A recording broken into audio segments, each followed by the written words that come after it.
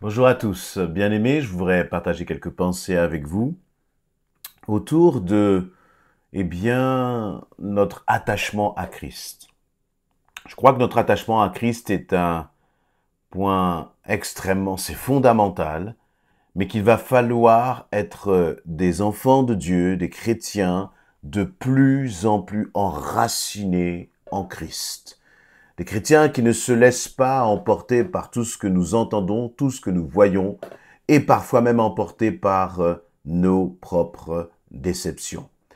Avant de commencer une lecture dans l'épître de Timothée, je voudrais encore une fois vous remercier pour votre fidélité, pour vos encouragements, pour vos commentaires que vous prenez le temps de laisser. Donc n'oubliez pas de vous abonner, de liker, et de partager pour que cela puisse toucher le plus grand nombre. Merci au Seigneur pour le travail qu'il fait à travers ces paroles du jour.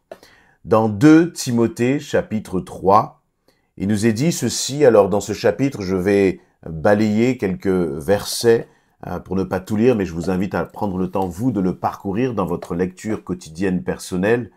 2 Timothée chapitre 3, il nous est dit: sache bien, donc Paul écrit à Timothée, qui est ce jeune pasteur que Paul accompagne, que Paul encourage et soutient, enseigne aussi dans son ministère. Et il dit à Timothée: sache bien que dans la période finale de l'histoire, les temps seront difficiles.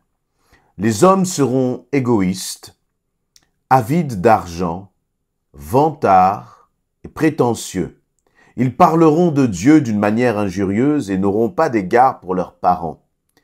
Ils seront ingrats, dépourvus de respect pour ce qui est sacré, sans cœur, sans pitié, calomniateurs, incapables de se maîtriser, cruels, ennemis du bien.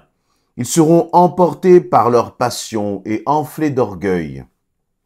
Ils seront prêts à toutes les trahisons. Ils aimeront le plaisir plutôt que Dieu. Certes, ils resteront attachés aux pratiques extérieures.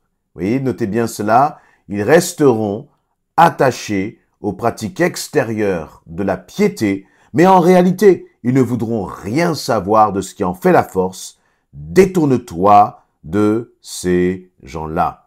Je passe quelques versets. Je vais par exemple au verset 8. De même qu'autrefois Janès et Jambres s'opposèrent à Moïse, de même ces hommes-là s'opposent à la vérité. Ils ont l'intelligence faussée, ils sont disqualifiés en ce qui concerne la foi, mais leur succès sera de courte durée, car leur folie éclatera aux yeux de tous, comme ce fut le cas jadis pour ces deux hommes. Vous voyez, on a l'impression finalement que ces hommes dont il nous est parlé là, ce sont uniquement des païens, des hommes qui n'ont jamais connu Dieu.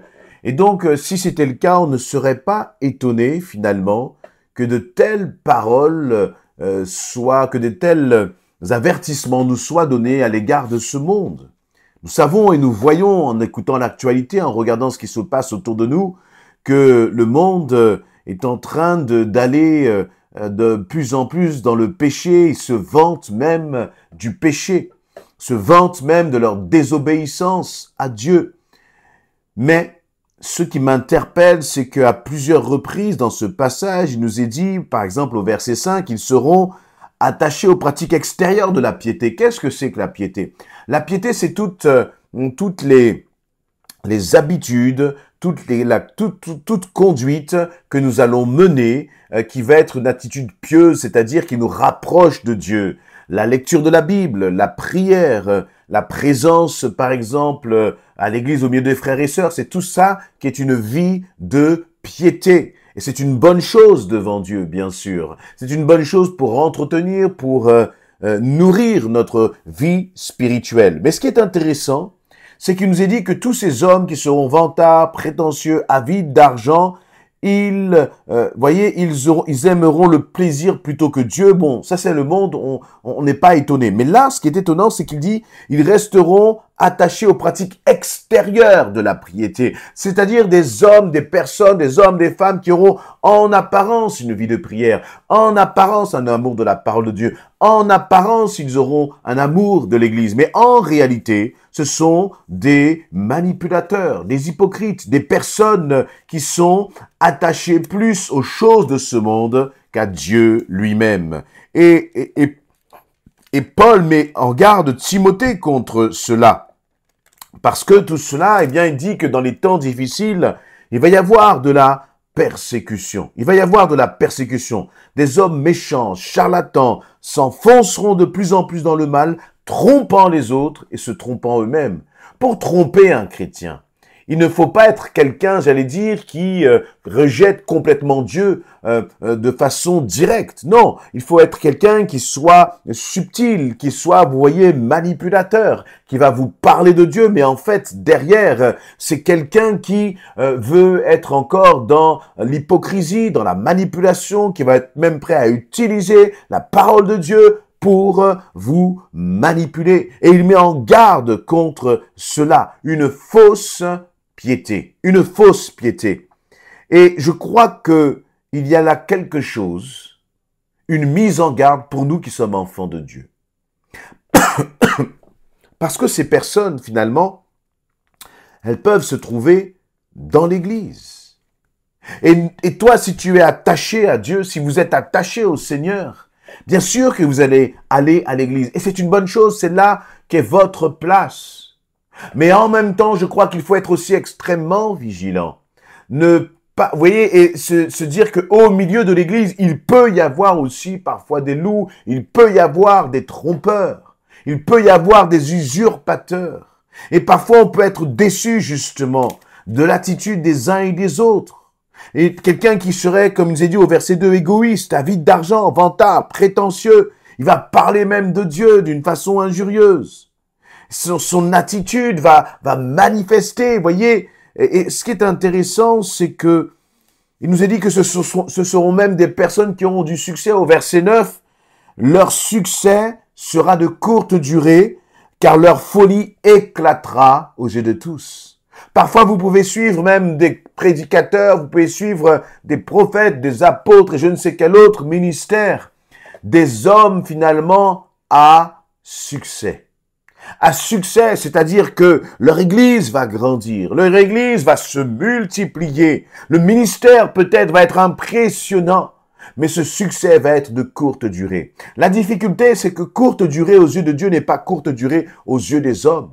Parfois, c'est un succès qui peut durer des années. Vous savez, comme une voiture qui est lancée à toute vitesse, vous coupez le moteur, mais lorsque vous coupez le moteur, la voiture ne s'arrête pas instantanément. Il y a là tout un entraînement, une dynamique qui a été lancée, qui fait qu'il n'y a plus de carburant, mais la voiture continue d'avancer. Et parfois, dans les ministères, c'est un peu comme cela. Vous avez l'impression que c'est un ministère grand et puissant, mais en fait, la réalité, c'est que le Saint-Esprit n'est plus là. Et lorsque l'on s'en aperçoit, nous pouvons être parfois déçus. Nous pouvons être parfois même tellement blessés que nous abandonnons l'Église. Nous nous éloignons de Dieu.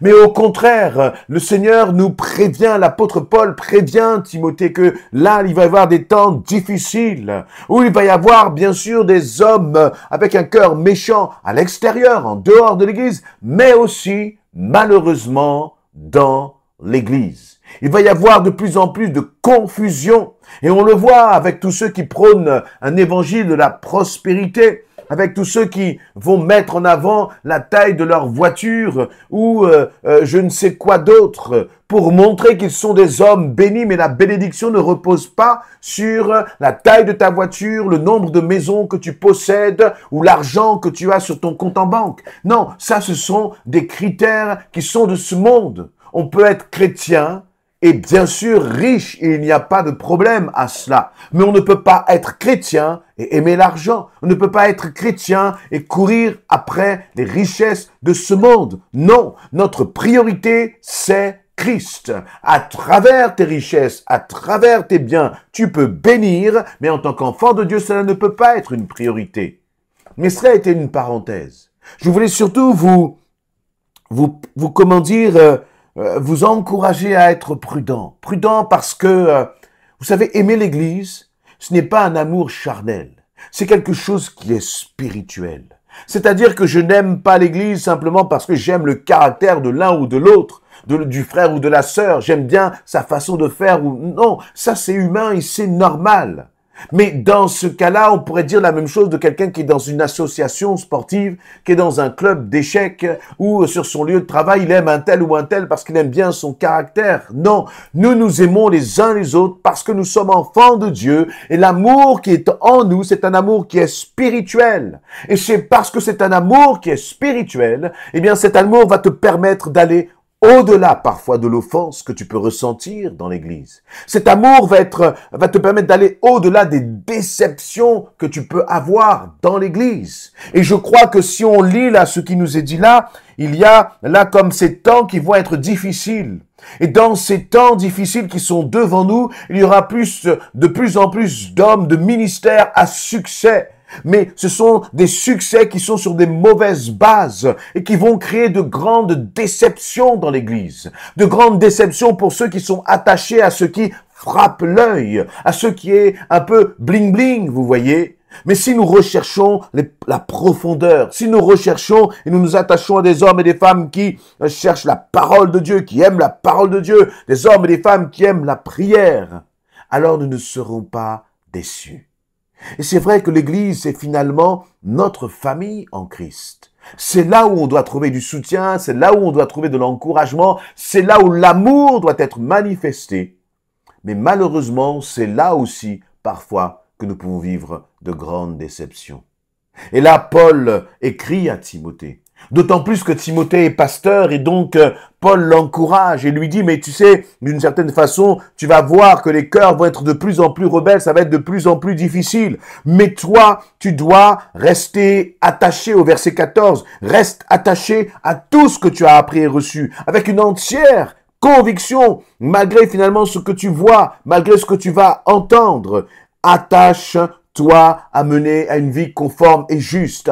Attache-toi au Seigneur dans ce temps-là où tu vas avoir beaucoup d'égoïsme, beaucoup de méchanceté autour de toi, des charlatans qui vont peut-être en emporter d'autres, même dans l'église, mais reste attaché au Seigneur. Et je veux t'encourager toi aussi dans ce sens. Tu as peut-être vécu des déceptions, tu as peut-être été découragé, même dans l'église, mais l'église reste quand même la famille que Christ, justement, t'a offert, t'a donné. Et dans cette famille, tu vas trouver aussi du soutien. Tout n'est pas mauvais, tout n'est pas à jeter, mais tu vas trouver de l'encouragement parce que l'Église, c'est l'épouse de Christ. C'est avec l'Église que finalement, là-haut dans le ciel, que nous nous réjouirons. Voyez, ce ne sont pas les païens qui seront là-haut à se réjouir avec toi. Non, c'est l'Église, ceux qui seront sauvés en Jésus-Christ.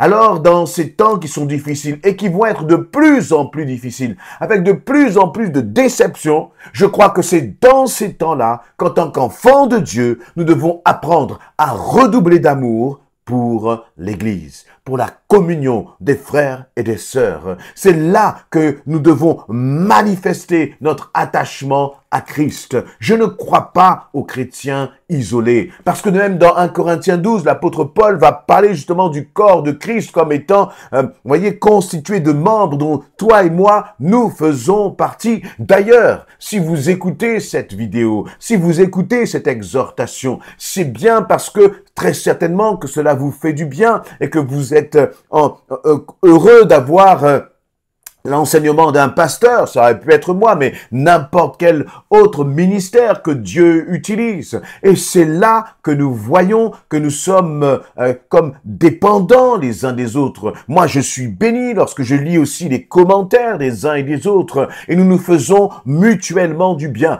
Parce que nous appartenons à Christ, parce que nous appartenons à une même et unique famille en Jésus-Christ. Dans l'Église, j'ai eu bien des déceptions, mais c'est là aussi que j'ai connu mes plus grandes joies et je sais que c'est parmi mes frères et sœurs que je continuerai d'expérimenter toutes les joies et toutes les bénédictions que le Seigneur a mis pour moi. Est-ce que c'est ton cas? Est-ce que tu le crois aussi? Laisse quelques commentaires pour là aussi encourager. Et je prie pour tous ceux qui justement sont à la recherche d'une église. Je crois que pour toi, le Seigneur pourvoira. Amen.